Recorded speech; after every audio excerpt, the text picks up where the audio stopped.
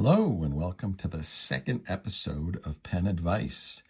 I look back at that first episode done not even a week ago, and I think about all the things I did wrong in that episode.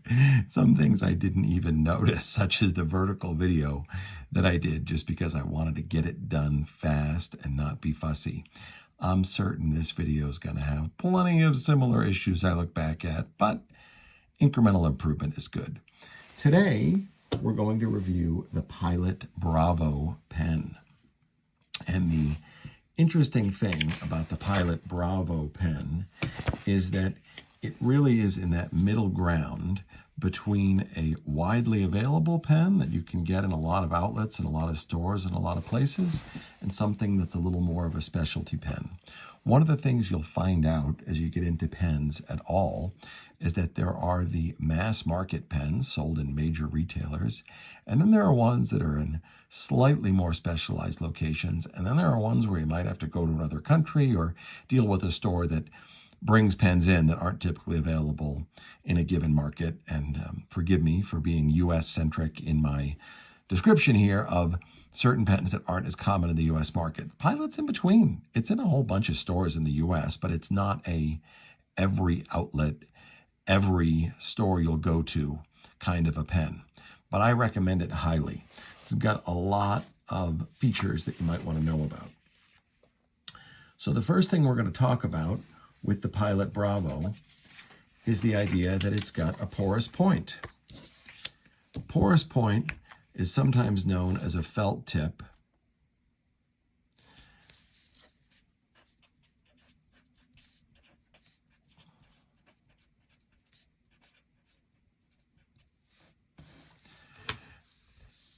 And it gives much more connection to the paper than anything with a ball or a roller.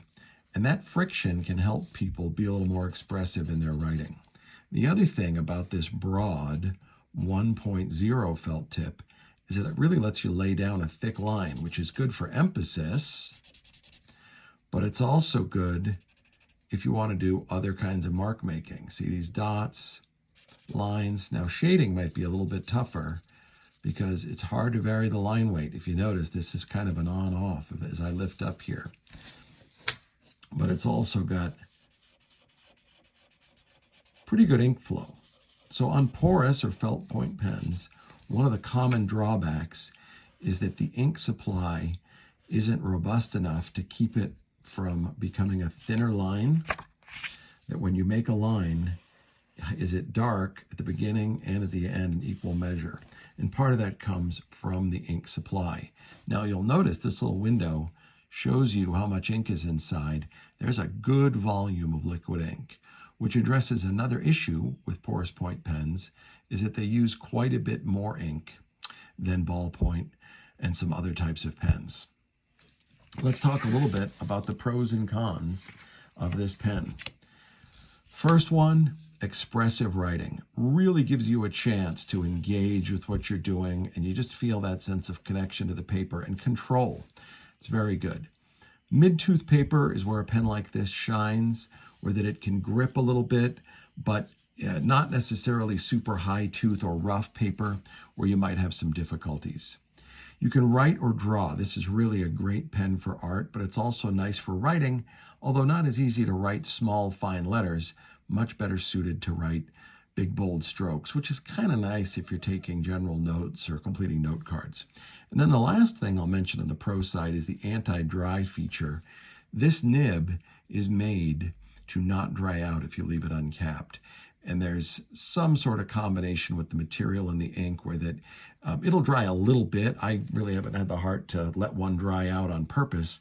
But generally, if it dries out when you touch it, the paper, it's just ever so slightly slow to start, and then it re-wets really quickly. So that's some nice technology. The drawbacks are it's too bold for some. Some people just don't like that chunky line. The next one is it's not good on coated paper. Picture if you had a piece of tape or something kind of shiny. This ink does better if there's some absorption. Now, there are plenty of coatings with absorption, but this index card I'm using for my sample has that great amount of absorption where it really works well. And then it's less versatile than finer tips. This probably wouldn't be the one pen that I would carry around somewhere. It's capped. It's got this nice design, little band there. Comes in various colors. The black ones are much easier to find than the other colors. This blue one was not as easy for me to find in bulk, but once again, still available. Really nice writing. I love having these. This is one of my go-to pens. And depending on where you get them, they can be a little bit under $1 to a little bit over $1. Highly recommended pen, the Pilot Bravo. Please let me know what you'd like to see next or any questions you might have.